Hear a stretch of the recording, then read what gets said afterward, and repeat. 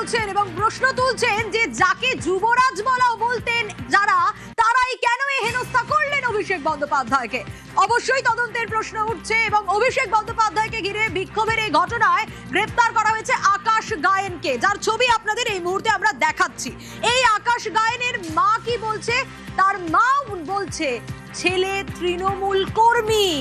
এলাকাবাসী তো বলছেই, কিন্তু আকাশ গায়েনের মাও বলছেন যে ছেলে তৃণমূল কর্মী। বললো মা আসছি বলে গেছে, এবার কিসের জন্য অ্যারেস্ট করছে এটা আমি বলতে পারবো না। তৃণমূল কংগ্রেসের সঙ্গে যুক্ত ছিল? তৃণমূল ও বুটে বুটে বসতো, কিন্তু আমি এইসব সত্যি জানি না।